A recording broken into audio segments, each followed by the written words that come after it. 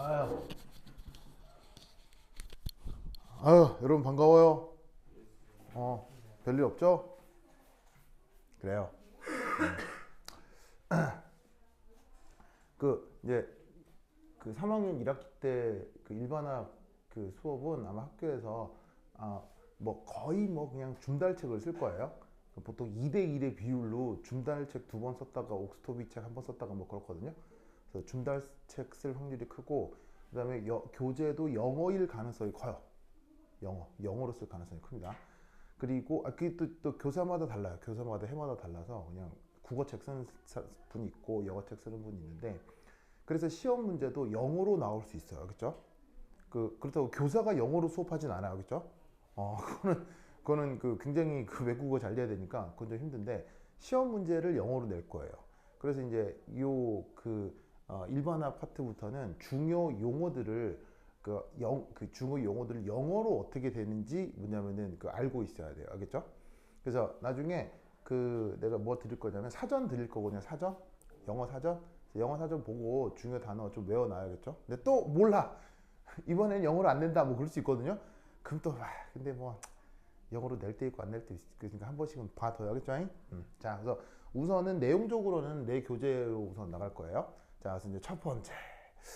자, 원자에 대한 얘기를 나눌 거야. 원자. 그래서 이 원자에 대한 가장 기본적인 것들부터 시작을 할 건데, 오늘 이제 화학결합 법칙이라고 화학 양론과 관련된 기본적인 법칙들이 있거든요. 그걸 살펴볼 건데, 뭐 기본적으로 여러분들이 완전 생짜 초짜들은 아니기 때문에 문제를 풀면서 화학결합 법칙 중요한 거 몇 개 설명을 해볼게요. 자, 우선 첫 번째 요 문제. 이 문제 내가 한번 풀어보라고 했는데 이게 은근히 잘 안 풀릴걸요? 이게 뭐 굉장히 심각하게 어려운 건 아닌데 하려고 하면 빨리빨리 안 될 거예요. 이게 이제 수능 기출이어서 2분 30초 내에 풀어내는 문제란 말이죠. 그래서 이제 오랜 시간을 두고 푸는 게 아니라 뭔가 이제 테크닉으로다가 이게 탁탁탁 해가지고 재빨리 딱 풀어야 되는데 막상 풀라고 하면 상당히 까다롭죠. 그래서 이게 2013년 문제니까 지금으로부터 한 십수년 전 문제인데, 이때 이제 평가원 모의고사로 나왔던 건데 이거 나온 다음에 되게 센세이션을 했었어요. 요 이전에는 이런 유형의 문제가 없었거든요. 그래서 이제 이거 이제 어떻게 접근하는지 한번 살펴보도록 하겠습니다. 자, 반응식상 왼쪽에 있으면 A, B 이런 걸 뭐라고 하죠? 반응물. 그 다음에 C는 생성물. 알겠죠? 자, 그래가지고는 반응의 전과 반응의 후에 어떤 데이터들을 줬어요. 데이터. 근데 여기서 준 데이터들이 문제를 읽으면 다 어떤 데이터냐면 질량에 대한 데이터입니다. 질량. 그죠? 문제 읽으면 질량이라고 돼 있죠. 그렇죠? 자, 근데 질량 중에서도 질량을 고스란히 준 게 아니라 비례식 표현이 있죠. 그러니까 여기 나와 있는 모든 것들은 질량인데, 질량도 정확한 질량이 아니라 그 질량의 D, 무슨 말이겠죠? 그거를 지금 정보를 주고 있는 거예요. 그래서 이제 실험을 두 번을 했는데 살펴보면 두 번째 실험 같은 경우는 아예 이게 미지수가 되니까 이거 가지고 뭐 풀 수가 없잖아요. 그럼 결국 이 말은 첫 번째 실험 데이터로 이 반응의 모든 것이 다 결정된다는 얘기예요. 그래서 이 실험 데이터 1대2, 10대 11 요거 하나로 모든 반응을 완벽하게 그 정보를 장악을 한 다음에 그걸로 2에 적용을 해가지고 x 대 y를 구해라. 뭐 그런 문제인 거지. 무슨 말인지 알겠죠? 그래서 실상 쓸 수 있는 데이터는 이거밖에 없는 거야. 자, 그럼 이때 반응 전이니까 초기 조건에는 누가 없겠어? 처음에는 생성물이 없겠지. 그래서 문제 텍스트를 읽으면 처음에는 C가 없었다. 뭐 그렇게 나와 있어야겠죠? 자, 그 다음에 이제 반응이 끝났어. 반응이 끝난 다음 첫 번째 실험에서 B 대 C가 10대 11이라고 하면서 이때 동시에 누구는 또 없다. A는 없다라는 말이 문제에 있을 거야. 그렇죠? 그래서 A는 남아있는 게 없고 싹 다 반응해서 없어진 다음에 남아있는 B, C가 10대 11이다. 마찬가지로 이제 두 번째 실험에서도 A하고 C의 비율만 남겨 있다면 이때는 반응물 B가 없는 상황. 알겠죠? 자, 그럼 이때 얘를 어떻게 풀어야 되느냐? 여기 있는 실험 1에 이 반응 양론 정보를 분석을 해야 되는데, 자, 어떻게 볼 거냐? 처음엔 A하고 B가 1대2로 있었죠. 그럼 뭐 그대로 써. 1대2 이렇게 써. 어쩔 수 없죠. 뭐 나와 있는데 써고. 그리고 이제 누구는 없었어. 생성물은 없었어. 없었어. 자, 그 다음 어떻게 반응하는지는 지금 당장 모르겠고, 끝이 난 다음에는 B하고 C가 10대 11, B하고 C가 10대 11, 그리고 그때 A는 없어. 요렇게. 그래서 이제 여기까지 그냥 문제가 제시한 정보들을 쭉 나열했을 뿐이에요. 보이시죠? 자, 그럼 여기서 이제 이 정보들을 어떻게건 활용을 해야 되는데, 여기서 뭘 해주는 게 좋냐면, 자, 여기 이제 테크닉 같은 것들 이걸 좀 기억을 해봐요. 자, 여기 제목을 비워놓는데 이 제목이 뭐냐? 비율 정보. 요게 문제에서 나타나면 뭐를 도입하느냐? 바로 비례상수.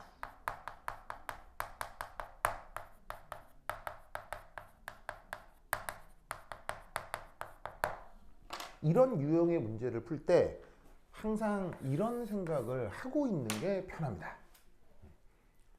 자, 무슨 말이냐면 예를 들어서 자, 얘 질량 뭐 500g, 얘 질량 300g, 그래서 뭐 500g, 100g 이렇게 실제 질량으로 얘기하는 게 편해요. 딱 들었더니 얘하고 얘 질량비 1대5 어떤 게 편해요?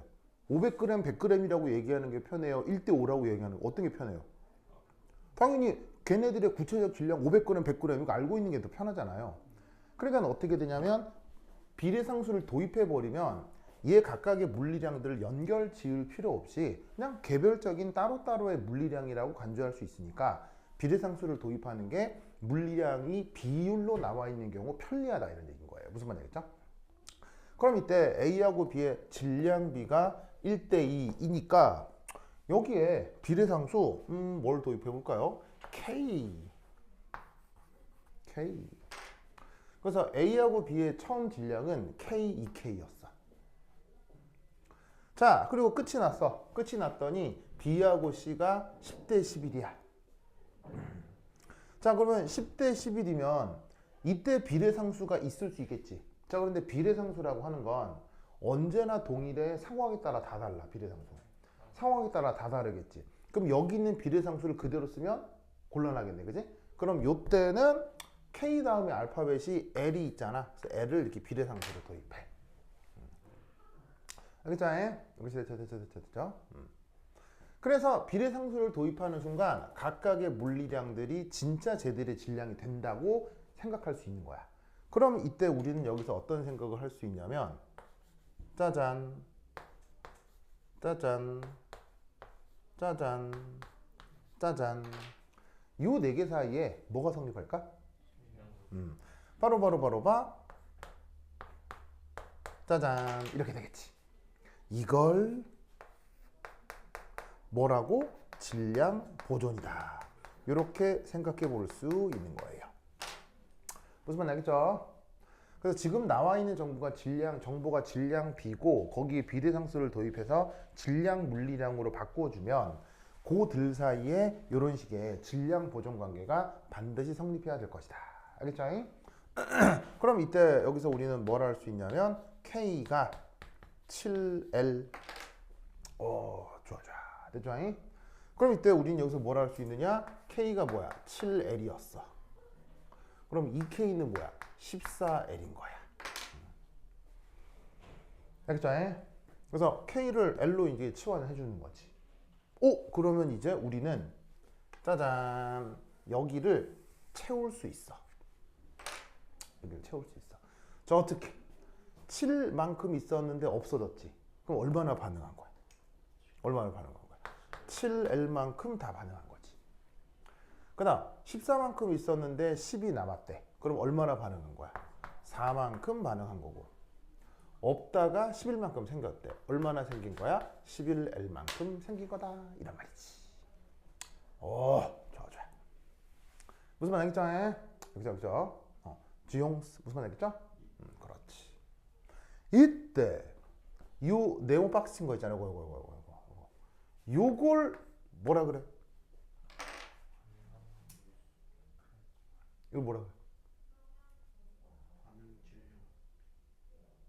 그래? 반응 질량비라는 전문 용어가 화학에 있어요? 뭘 몰라요, 모르겠네. 송연? 이 뭐라 그래? 반응비. 비. 그래. 레이? 비? 미안해. 자, 저 누구야, 요거, 제상스. 이거 뭐라 그래?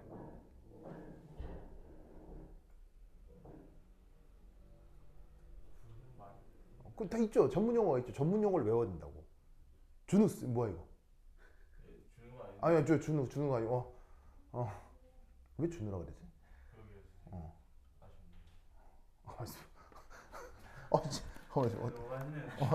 아니, 그래요? 그래요? 수고. 갑자기 아까 들어올 때, 그렇지. 네, 진짜. 후. 네, 진짜.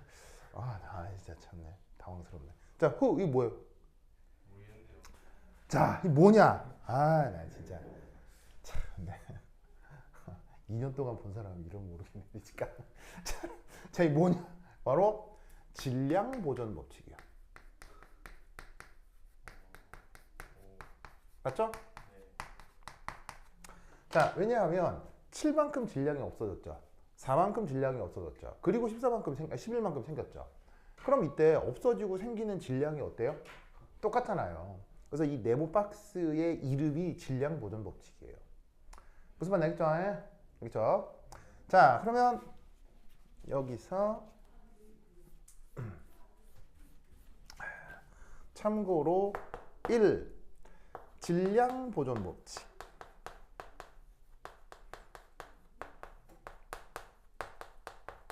영어로 뭐라고요? 영어로 뭐라고 그래요? 영어로.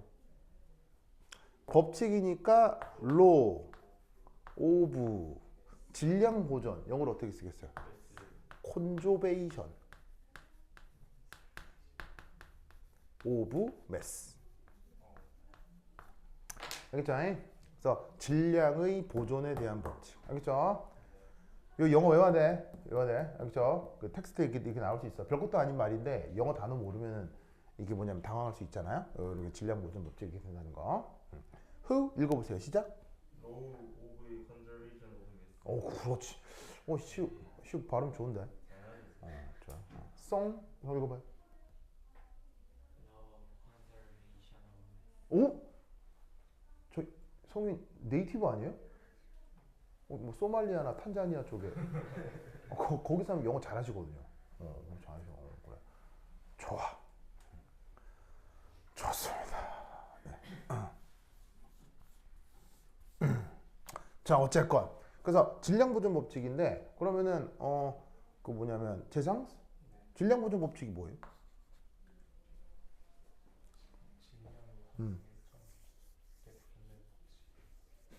질량 보존 법칙이 질량이 일정하게 보존되는 법칙이요? 국어 시간에 뭐를 정의해라 이런 거 배운 적 있죠? 뭐를 정의해라라고 하면 그 말을 쓰면 돼요, 안 써요? 안 돼요? 안 되죠? 나 진짜. 질량 보존 법칙 뭐예요? 자, 이겁니다. 어떤 변화가 있을 수 있어요. 그 변화의 전후에 원자의 종류와 개수 요게 안 변하는 거. 무슨 말인지 알겠죠? 질량 보존 법칙을 그냥 말 그대로 질량이 보존된다 이렇게 해도 뭐 큰 문제는 없죠. 특히나 그런 것 같은 경우는 물리학에서 많이 활용하는 뭐냐면은 그 계산 방법이기도 하니까. 근데 화학 버전으로 질량 보존 법칙을 표현해 보라라고 하면 이런 식으로 말을 쓰는 게 좋아요. 알겠죠? 이때 여기 가장 중요한 개념 원자라는 말이 있는데 원자 영어로 어톰. 자, 이 어톰의 뜻은 어톰의 뜻은 사실 3000년 전부터 있었거든요. 그래서 이제 그리스 철학자들이 이제 어톰이라는 말을 쓰긴 썼는데 그게 아니라 이제 근대 화학적으로 어톰의 의미는 뭐예요? 근대 화학적으로 어톰의 의미. 근대 화학적으로 어톰의 의미가 뭐예요? 어톰.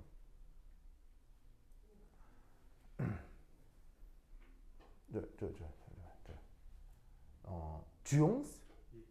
근대 화학적으로 어톰의 의미가 뭐예요? 예? 승질 내지 말라고? 뭐라고? 아 그래요? 그래. 자, 어톰에 대한 사실은 그 정의 되게 여러 가지가 있는데 여기서 이제 강조하고 싶은 건 어톰이란 바로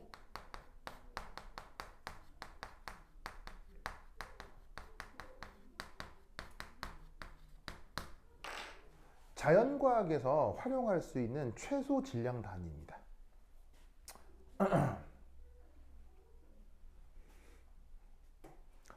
왜 질량의 최소 단위라고 할까요? 왜 질량의 최소 단위라고 할까요? 바로 원자는 한 100년 전에 어떻게 정의가 됐었냐면 쪼갤 수 있다고 돼 있어요? 쪼갤 수 없다고 돼 있어요? 쪼갤 수 없는 가장 작은 단위가 어톰이었잖아요. 그러니까 더 이상 쪼갤 수가 없으니까 그 질량이 가장 작은 질량의 단위가 되겠죠. 더 쪼갤 수가 없으니까. 무슨 뜻인지 알겠어요? 누가 이런 말 했어요? 누가? 바로 달턴이라는 양반이죠. 무슨 말 알겠죠? 자, 사실 원자는 쪼갤 수 있어요? 못 쪼개요? 뭐 다 쪼갤 수 있죠, 그렇죠? 사실은 현대 과학적 관점으로 달턴의 관점은 사실 다 틀렸어요. 그 달턴의 원자설에 한 대여섯 가지 되는데 그 중에 달턴이 주장했던 거 살아남은 거 하나밖에 없어요. 나머지 다 틀렸고요. 하나만 겨우 그냥 맞거든요. 하나만 겨우 맞는데 뭐 어떤 게 있냐면 원자의 종류가 다르면 화학적 성격이 다르다. 요거 하나만 맞고요. 나머지는 다 틀렸거든요. 그럼에도 이 달턴을 근대 화학의 그 뭐냐면 시작으로 보는 이유가 뭐냐? 바로 질량을 반응 양론으로 끌어들였다는 거예요. 무슨 말인지 알겠어요? 어떤 변화를 할 건데 그게 뭐 물리 변화고 화학 변화고 어떤 건 변할 거 아니에요. 그 변하는 것을 질량의 관점으로 설명해 보려고 했다는 거예요. 무슨 말인지 알겠습니까? 왜? 질량은 특별합니까? 질량은 모든 인류에게 민주적입니까? 자, 질량이라는 개념은 독재적입니까? 민주적입니까? 자, 독재적이라는 거는 권력을 누구 혼자 갖고 있는 거잖아요. 민주적이라는 건 모두가 권력을 나누어 갖는 거죠. 자, 질량이라는 개념과 현상은 모든 인류에게 다르게 적용됩니까? 똑같이 적용됩니까? 무슨 말인지 알겠어요? 그래서 어떻게 된다? 그 질량이라는 아이디어를 화학 양론에 도입했기 때문에 이 사람을 근대화학의 시작이라고 부르는 거예요. 무슨 말인지 알겠죠? 그래서 질량 보존이라는 얘기를 할 때는 이 어텀이라는 말을 써주는 게 좋습니다. 이 클래스는 이제 3학년 2학기 때, 3학년 1학기 때 내신도 필요하지만 여러분들 그 3학년 2학기 때부터 이제 뭐 대비가 시작돼요? 그 뭐냐면 대학별 그 수시가 시작이 되잖아요. 수시 심층과 관련해서도 이제 뭐냐면 대비가 되는 거거든요. 그래서 아마 여러분 커리큘럼도 어떻게 되냐면 3학년 1학 때까지는 그냥 그 중달책이나 옥스토비 책에 있는 내용이 나오고 3학년 2학기 때는 여러분 학교 선생님들이 여러 그 대학별 심층 뭐 이렇게 면접 자료 이런 것들을 가지고 막 진행을 하세요. 근데 이제 그 하여튼 뭐가 됐건 그 곧 여러분들은 입시하고 관계가 있기 때문에 입시에서 써먹을 수 있는 내용들을 제가 말씀을 드리는 거니까 다 하나하나 기억을 해둬요. 여기 1번학까지 들으면 보통 여러분들이 그 화학 심층을 칠 가능성이 높기 때문에 그 이렇게 공부해 온 것의 특성상 이런 것들을 기억해두라. 교수가 질량 보존 법칙이 뭐예요? 그랬을 때 막 질량이 보존되는 법칙 이러면 안 된다고. 지상사 알겠죠? 이거 됐죠? 저기 주용수 알겠죠? 그렇지. 자, 그 다음 얘의 다른 이름이 있어요. 써주면 다 알아. 중학교 때부터 나온 이름이니까. 질량 보존 법칙 맞지. 근데 다른 말로 또 뭐라고 하게?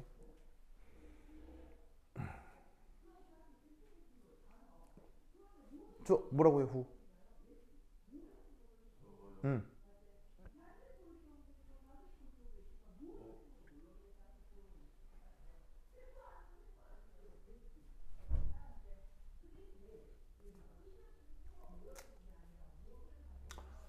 뭐였어요? 송? 또 뭐라고 해요? 정답! 오, 바로 일정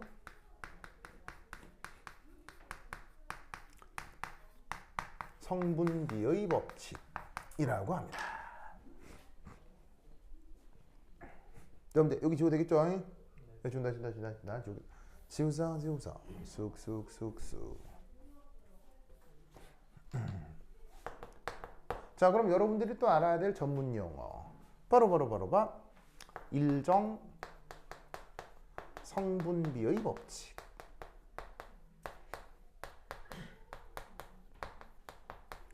자, 얘는 이제 영어로 뭐라고 하냐면 law of definite proportion 이라고 씁니다. 주영 왜 이렇게 힘들어요, 표정이? 아닙니다. 그래? 아, 영어를 못해. 아, 그래. 그래요? 자, definite이 무슨 말이야? definite. 뭐가 정해져 있는 이란 뜻이에요. 무슨 말이겠죠? 결정돼 있는 이란 뜻이죠. 그래서 일정이란 말이 그거죠. 딱 뭐 이렇게 정해져 있다는 뜻으로 하나로 정해져 있다라는 뜻의 말이니까 그걸 이제 영어 단어 definite를 일정으로 번역을 한 거예요. 자, 그리고 뒤에 이제 proportion이라는 말을 쓰는데 이 proportion이 그 비율을 뜻하는 또 단어거든요. 그래서 어떤 말을 쓰기도 하냐면 왜 그 키 크고 쭉쭉 뭐 키 크고 막 얼굴 조그맣고 키 크고 이런 사람들 보면 왜 이렇게 그 키 크고 이러면 이제 머리를 1이라고 할 때 전체가 이제 8 이런 걸 뭐라고 그래? 뭐 8등신이라고 하잖아. 그리고 진짜 키 큰 사람들은 9등신까지도 나오잖아. 그런 사람도 있긴 있고 뭐 저기 스칸디나비아 뭐 이런 데 가면 그런 사람들 많단 말이야. 그래서 이제 보통 이런 사람들 모델을 막 하잖아.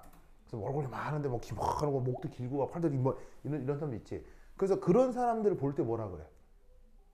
그런 사람들 이게 몸의 비율 좋을 때 그때 어떤 말을 쓰느냐? 오, you have a good proportion 이란 말. 그때 proportion의 말을 써요.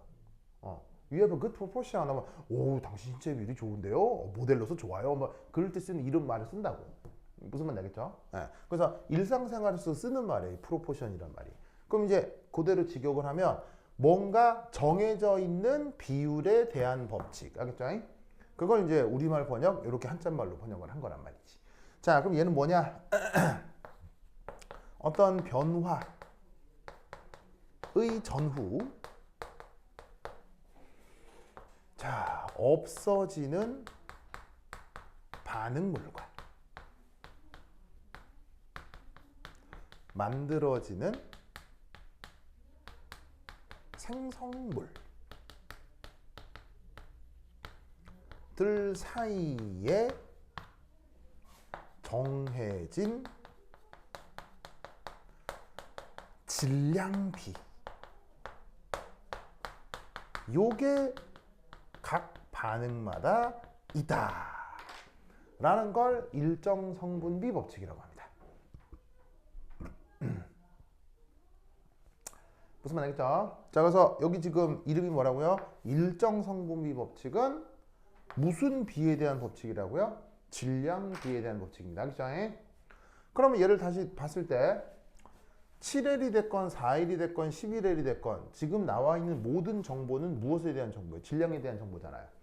그래서 얘가 7대 4대 11이라는 정해져 있는 비율이 질량에 대한 비율이기 때문에 요 내용이 이 반응의 일정 성분비 법칙이 된다 이런 말이죠. 뭔 말인지 알겠죠? 알겠죠? 지영이 알겠죠? 그래서 여기서 말 두 개를 기억해야 돼요. 질량 보존 법칙, 일정 성분비 법칙. 주용? 질량 보존 법칙 영어로. Law of conservation of 그렇죠. 잘했어요. 좋아. who? 일정성분의 법칙 영어로? Law of infinite proportions. proportion이요. proportions. 잘했어요. 잘했어. 자, 이거 알아두세요. 그래서 지금 이 주어진 반응의 일정성분의 법칙이 이렇게 된다는 걸 알았어. 이때 기억해두면 좋은 편리한 테크닉이 뭘 도입해라? 비례상수를 도입해라. 알겠죠? 자, 그게 됐습니까? 자, 다음 준다잉. 준다. 자, 그럼 이제 1번 했잖아. 1번. 그럼 이제 그걸 어디에 적용해 볼까? 1번 했으니까 2번에 적용해 볼게요. 자, 그럼 2번 지운다. 네, 줄게요. 준다. 지우자.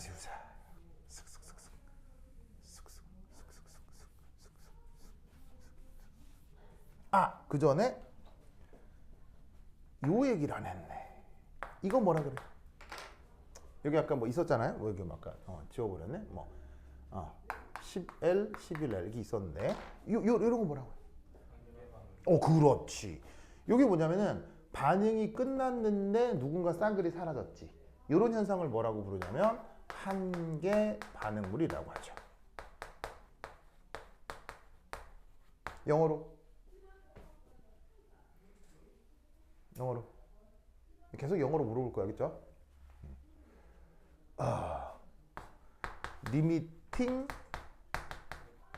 에이전트라고 합니다. 그래서 한계 반응물은 반응 끝났을 때 그때 완전히 없어지는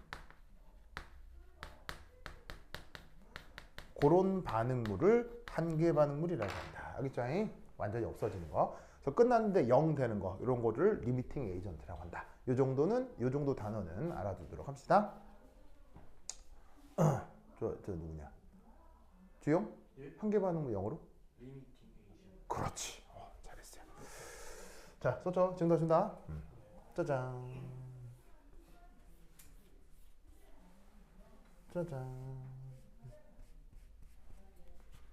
자, 그러면 반응식 2. 자, 반응 실험 조건이 바뀌어도 이건 변하겠어, 안 변하겠어? 이 조건이 바뀌어도 이건 안 변하겠죠? 왜냐면 이거는 이 반응식의 법칙이니까. 무슨 말 알겠어요? 이건 안 바뀌고 이제 그 처음의 조건과 최종 생성물이 어떻게 될지를 살펴보자 이런 얘기인데, 자, 실험 2에서는 처음에 A하고 B의 질량비가 X 대 Y라고 돼 있잖아. 그치? 그럼 X 대 Y면 이거 뭐 알고 있는 거야? 뭐 아무것도 모르는 거야? 아무것도 모르는 거지. 뭐 아무것도 모르니까 그냥 너는 X만큼 너는 Y만큼. 알겠죠? 이렇게 있다고 치자. 자, 그랬더니 두 번째 실험에서는 최종 생성물에서 A하고 C가 1대 2. A하고 C가 1대 2. 됐죠? 그리고 누구는 없어? 누구는? B는 없어. 없을 때 뭐라고 부른다고? 리미팅 에이전트. 자, 또 아까 뭐라고 그랬었냐면 데이터가 비례식으로 제시되어 있는 경우 뭘 도입해보자? 비례상수. 자, 그럼 이제 아까 도입했던 비례상수가 K 있었고 L 있었으니까 다른 거 써야 되겠지, 그지? 비례상수는 상황에 따라 달라지니까. 그래서 비례상수를 이 경우 K, L 그 다음에 M이라고 해보자. 알겠죠? M이라고 해보자. 그럼 이때 우리는 뭘 할 수 있느냐? X만큼 있었는데 7L만큼 반응해서 M이 남은 거야. 그지? 그 다음 Y만큼 있었는데 4만큼 반응해서 없어진 거야. 그리고 없었는데 11만큼 반응해서 그게 EM이 된 거야. 그러면 간단한 연립방정식을 풀 수 있다는 걸 알겠죠? 네. 후야 맞아요? 네. 그럼 이제 여기서 우리가 알 수 있는 건 오호, M이라고 하는 게 2분의 11L이었구나. 성현아 맞아요? 그럼 여기서 Y는 4L이었구나. 그럼 여기서 X는 7L 플러스 M인데 M 자리에다가 얘를 넣으면 2분의 25L이겠구나. 요 정도 더하긴 되죠? 그렇죠, 그렇죠. 그렇죠, 그렇지. 더하긴 잘하죠? 그렇죠, 좋습니다. 그럼 이때 우리가 최종적으로 구하라고 하는 요 x 대 y는 어차피 질량의 비니까 x와 y의 비라고 해도 되는 거죠. 그죠? 같은 거 아니에요. 그럼 얼마? 25 대 8. 일장에 그래서 이렇게 구성된 문제입니다. 그래서 풀고 나면 뭐 그렇게 풀겠구나 하는데 이런 유형의 문제를 처음 보게 되면 상당히 당황스러울 수 있습니다. 그래서 이런 테크닉으로 접근하는 양론 문제가 최근에 수능에서 엄청 나와요.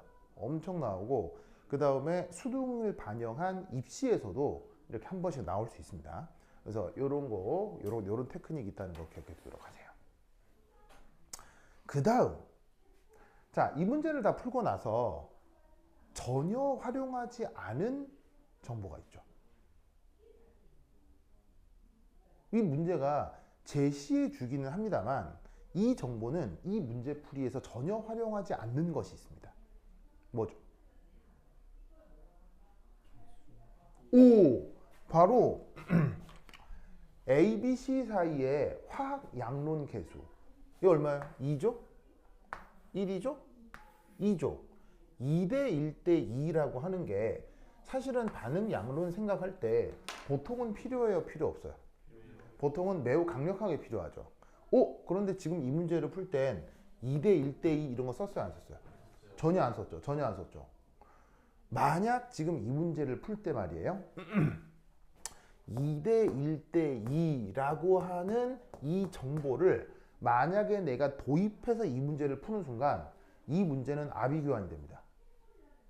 못 풀어요. 왜냐하면 변수가 너무 많아지거든요. 도입해야 될 변수가 너무 많아지기 때문에 이 경우는 2대 1대 2라는 저 정보가 일종의 함정이에요. 저거 쓰는 순간 계산이 어마무지하게 많아지면서 못 풀게 됩니다. 그럼 왜 그런 일이 발생하느냐? 바로 요거 때문이에요. 자, 밑에 줄게요. 저도 준다. 쑥쑥쑥쑥. 자, 그 다음 두 번째 문제. 자, 이 문제에서 생각해야 될 요소는 뭐냐면 바로 이겁니다. 물질 간의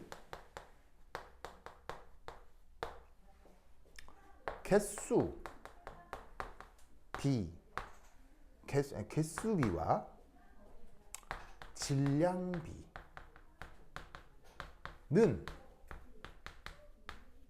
임의적입니다.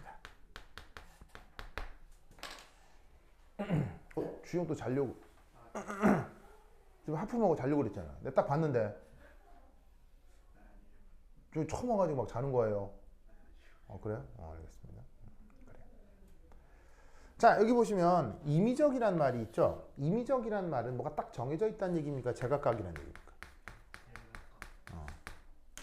별로 서로 관계가 없다는 얘기입니다. 무슨 말이냐면 아무거나 어떤 물질 두 개를 딱 들고 자, 칠판지우개 분필 개수비 몇 대 몇이에요? 1대 1이죠. 근데 들어보니 한 100g쯤 되는 것 같고 얘는 한 80g쯤 되는 것 같아. 그럼 질량비 몇 대 몇이에요?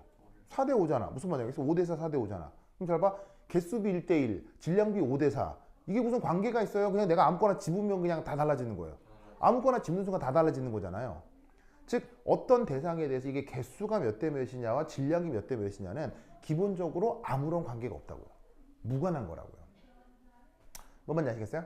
그러면 이때 여기에 나와 있는 데이터들은 모두 다 무슨 비에 대한 거예요?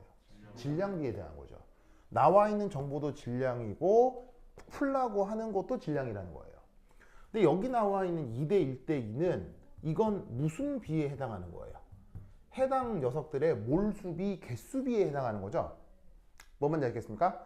그러니까 질량 정보가 나왔을 때 개수에 대한 정보로 이 문제를 풀려고 하면 질량하고 개수가 서로 관계가 없기 때문에 문제를 풀어낼 수가 없는 거예요. 무슨 말인지 알겠어요? 그래서 이런 문제를 풀 때는 2대 1대 1을 저걸 쓰는 순간 문제가 아주 날아가는 거예요. 무슨 말인지 알겠죠? 이해하셨어요? 그래서 나와 있는 정보가 질량으로만 나와 있다면 그 질량 정보만을 가지고 문제에 접근해서 완전히 반응을 풀 수 있어야 된다 이런 뜻입니다. 아시겠죠? 좋아. 그거 알겠죠? 그죠? 그래서 자 여기서 이제 여러분이 하나 둘 거 혹시 여러분 이런 말 들어본 적 있어요?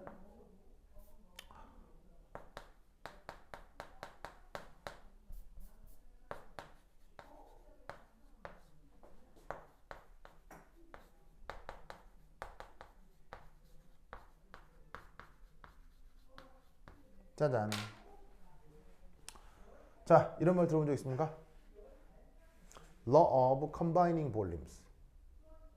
자, 우리말 번역 뭡니까? 우리말 번역. 뭐라고?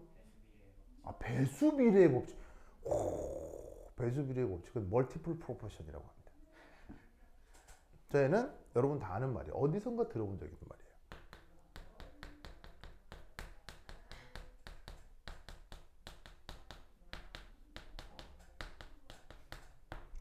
부피결합 법칙입니다. 거의 직역으로 번역합니다. 볼륨을 볼륨, 부피, 컴바인이 뭐 엮는 걸 얘기하는 거잖아요. 부피를 엮는 것에 대한 법칙. 그걸 우리말로 부피결합 법칙 이렇게 번역을 한 겁니다. 근데 이제 얘가 일제시대 때는 다른 식으로 번역이 됐었습니다. 뭐였을까요? 오히려 여러분들은 요 번역이 더 익숙할 수 있습니다. 바로 기체 반응 법칙이요.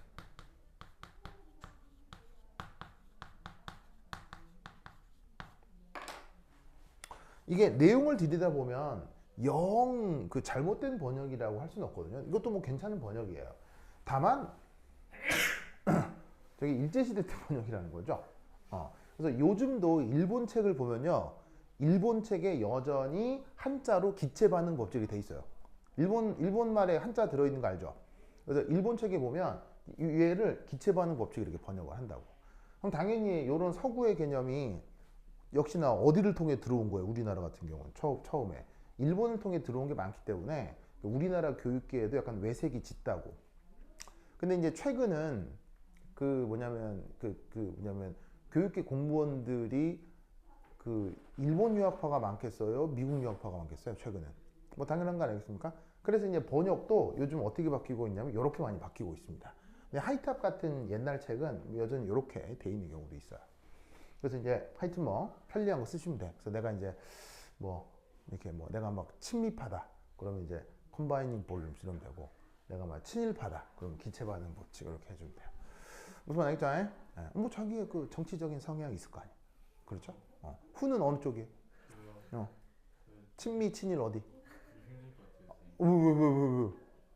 아니 자기의 정치적 노선을 정하는 게 친미 친일 알겠죠? 자, 후 어느 쪽? 친미로 갑니까? 뭐 그래요.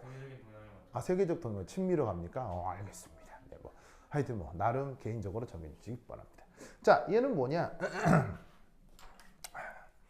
얘는 변화 전후 없어지는 반응물과 생성되는 생성물들 사이에 정해진 자, 아까 요 자리가 질량비였으면 이게 무슨 법칙이었어요? 말 똑같잖아요. 정해진 질량비였으면 무슨 법칙이었어요? 일정 성분비 법칙이었잖아요. 질량비는 definite proportion이었다고요. 아까 필기 보고 있어요? definite proportion은 다 말 같고 질량비 알겠죠? 근데 지금은 combining 볼륨수지. combining 볼륨수는 정해진 개수비. 이게 나타나는구나 라는 게 부피결합 법칙입니다. 무슨 말 나겠죠? 개수비 찾았어요? 그래서 일정성분비 법칙하고 부피결합 법칙이 내용이 비슷한 것 같은데 안에 들어있는 알맹이가 완전 다르다고. 근데 아까도 말씀드렸다시피 개수비하고 질량비랑 서로 관계가 있어 기본적으로 무관한 거야. 기본적으로 무관하기 때문에 완전 다른 얘기를 하고 있다는 걸 알아야 돼. 근데 여러분들이 반응 분석을 하면 이들 사이에 개수비나 몰수비 혹은 질량비에 대한 생각을 하고 분석을 하는 건 보통이잖아. 계속 그렇게 훈련을 받아왔기 때문에. 근데 이걸 막상 교수가 말로 물으면 부피결합 법칙이 뭐예요? 그래서 일정한 질량 비율 이게 안 된다고 하겠어요? 일정성비 법칙 뭐예요? 일정한 몰수 비율은 안 된다고 하겠죠? 단어를 외워야 돼. 송 알겠죠? 우리 송이? 그래. 송이 하니까 여학생 같아. 송. 그래. 자, 잠깐. 이때 이 개수비가 뭐랑 같아지느냐? 바로 몰수비와 같아지죠? 그리고 또 뭐랑 같아지느냐? 뭐랑 같아져요? 바로 개수비랑 같아지죠? 그리고 부피비와도 같아지죠. 누구에 대해서는? 기체 물질에 대해서는. 그래서 정해져 있는 개수비는 몰수비이기도 하고 개수비이기도 하고 그 다음에 부피비이기도 한 거죠. 기체의 경우는. 알겠죠? 자, 이때 개수란 말을 썼는데 그게 지금 문제에서는 2대 1대 2잖아. 개수 영어로 뭐라 그래? 개수 영어로 뭐라 그래?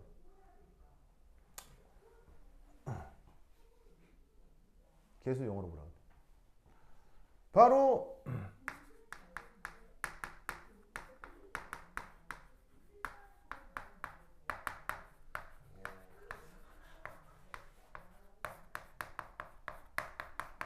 정확하게는 화학 양론 개수죠. 화학 양론 개수를 원래 표현으로는 스토이키오메트릭 넘버라고 합니다. 알겠죠? 주용, 우리 슬리피 주용 읽어봐요. 시작. 키오메트릭. 스토이키오메트릭. 알겠죠? CH가 그 키역 발음이다. K 발음이 난다고 그랬죠? 스토이키오메트릭 넘버. 자, 주용 읽어봐요. 시작. 스토이키오메트릭 넘버. 그렇지. 잘했습니다. 됐죠? 네. 됐죠? 자, 빨리 쓰시고. 그 다음. 제가 쓰고 있어요? 그 다음. 자, 이제 여기 줄게요. 줄게요.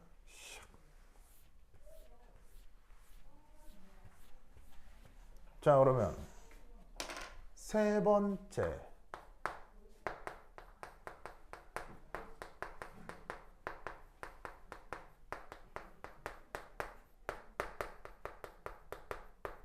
자, 이거 하고 쉬었다 할게요.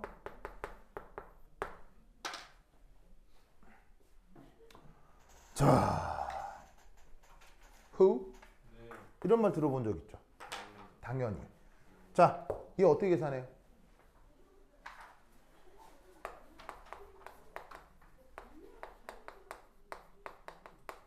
자, 몰질량 어떻게 하면 계산할 수 있어요? 뭐를 뭐로 나누는 게 몰질량이에요? 그렇지. 내가 관심 있는 물질의 질량을 뭐로 나누는 거야? 모루수로 나누는 거지? 자, 그럼 화학에서 주로 사용하는 질량 단위는? 그램.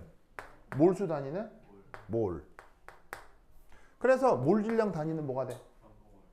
그램 퍼 몰. 뭐 처음 듣는 얘기야. 뭐 계속 하던 거야. 계속 하던 거지. 그런데 놀랍게도 지금 나와 있는 이 정보들로부터 지금 반응 양론을 분석했잖아요. 뭐 적어도 지금 이 반응에 대해서 여기에 나와 있는 모든 것으로 여기에 등장하는 A, B, C 사이의 몰 질량의 비율도 계산할 수 있어요. 자, 어떻게 되느냐? 자, 앞으로 이제 몰 질량은 내가 대문자 M 이렇게 쓸게요. 몰 질량 표기를 대문자 M으로 쓸게요. 자, 그러면 지금 관여된 물질이 A도 있죠? B도 있죠? C도 있죠? 그럼 얘들 사이에 비율을 구해보자. 그러면 자, 여기 지워도 되겠어요? 여기 지워도 되겠어요?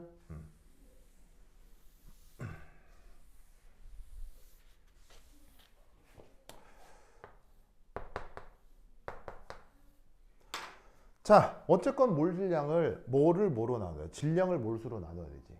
그럼 예를 들어서 A가 만약에 A가 7m g 반응을 했다고 쳐. 만약에 A가 이 주어진 반응에서. 그러면 B는 얼마나 반응해야 돼? 질량은 무조건 7대 4대 11이니까 7m만큼 반응했으면 4m만큼 반응해야지. 그지? 그리고 그때 C는 얼마나 생겨야 돼? 11만큼 생겨야지. 그지? 그런데 얘가 반응해서 없어지고 얘가 생기는 그 관계를 개수로 생각을 하자면 7m만큼 없어진 것이 A 입장에서는 2n몰만큼 없어진 걸 거란 말이야. 여기 화학양론 개수가 2니까. 무슨 말이겠죠? 그러면 이때 B는 몰수로 얼마나 없어져야 되는 거야? n몰만큼 없어져야 되는 거지. 그리고 C는 얼마나 생겨야 되는 거야? 2n몰만큼 생겨야 되겠지? 그럼 이때 뭐가 되게 막 알지 못하는 비례상수들이 많이 있는 것 같지만 비례식상에서는 다 약분이 되잖아. 그럼 얘 계산해주면 어떻게 돼? 바로 7대 8대 11. 알겠죠? 그래서 더 주어져 있는 물질들 A, B, C 사이에는 이러한 그 몰질량 B가 나타난다는 얘기예요. 무슨 말 알겠죠? 그럼 여기서 이 문제에서 이제 우리가 생각할 건 뭐냐면 이제 이 문제를 만드는 사람 입장으로 생각해 보자는 얘기예요. 그러면 화학양론에서 가장 기본적인 사실은 뭐냐면 첫 번째가 질량비고요. 자, 질량비와 관련된 법칙이 뭐라고요? 일정성 범위 법칙 있죠? 주영 영어로?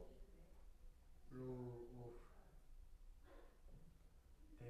of definition. definite 형용사로 definite proportions. definite proportions. 알겠죠? 그 다음 질량비 말고 개수비가 필요하지. 개수비와 관련된 법칙은? combining volumes. 알겠죠? 시우 뭐라고요? combining volumes. 그리고 마지막 저기에 있는 몰 질량비. 그럼 지금 보시다시피 이 세 개가 뭔가 엮여 있다는 거 알겠죠? 뭐를 도입하는 순간? 몰 질량을 도입하는 순간. 그럼 잘 봐. 주어진 문제는 질량비 제시했어요? 제시했네요. 그걸 이제 표 형식의 데이터로 준 거지. 그 표 형식의 데이터라는 게 결국 이걸 알아내라는 거니까 지금 제시된 문제에서는 이걸 준 거지. 그지? 두 번째, 이거 줬어요? 어디 있어요? 있는 거지. 그럼 이 말이 무슨 말이냐면 요 두 개를 활용하면 무조건 뭘 계산할 수 있다? 요걸 계산할 수 있다고. 그럼 문제 만드는 사람 입장에서는 어떻게 할 수도 있다는 얘기예요. 바로 요거 두 개를 주고 이거 두 개를 주고 이걸 구하라고 할 수도 있다는 거지. 무슨 말이냐면 그런데 현재 A, B, C 사이의 몰 질량비는 7대 8대 11이다. 그럼 이때 여기에 있는 화학 양론 개수비가 몇 대 몇 대 몇인지 알 수 있겠니? 이렇게 문제를 줄 수도 있다는 얘기예요. 무슨 말 알겠어요? 이 세 개가 몰 질량을 도입하는 순간 엮여버리기 때문에 지금 문제는 요 두 개를 줬으니까 이걸 구할 수 있는 거지. 근데 어떻게 줄 수 있어? 이 두 개를 주고 이걸 구하라고 할 수도 있고 요 두 개를 주고 이걸 구하라고 할 수도 있는 거예요. 문제가 어떻게 구성되는 건지 알겠어요? 그런 유형의 문제가 수능이나 입시 같은 데서 굉장히 잘 나와요. 근데 이제 이런 생각을 머릿속에 품고 있지 않으면 되게 당황스러울 수 있는데 이 화학 양론에 이런 아이디어가 있다는 걸 꼭 기억해 두라 이런 말이죠. 무슨 말 알겠죠? 그렇죠? 오케이. 됐다. 그러면 한 10분 쉬어가도록 하겠습니다. 반실 갖다 세우.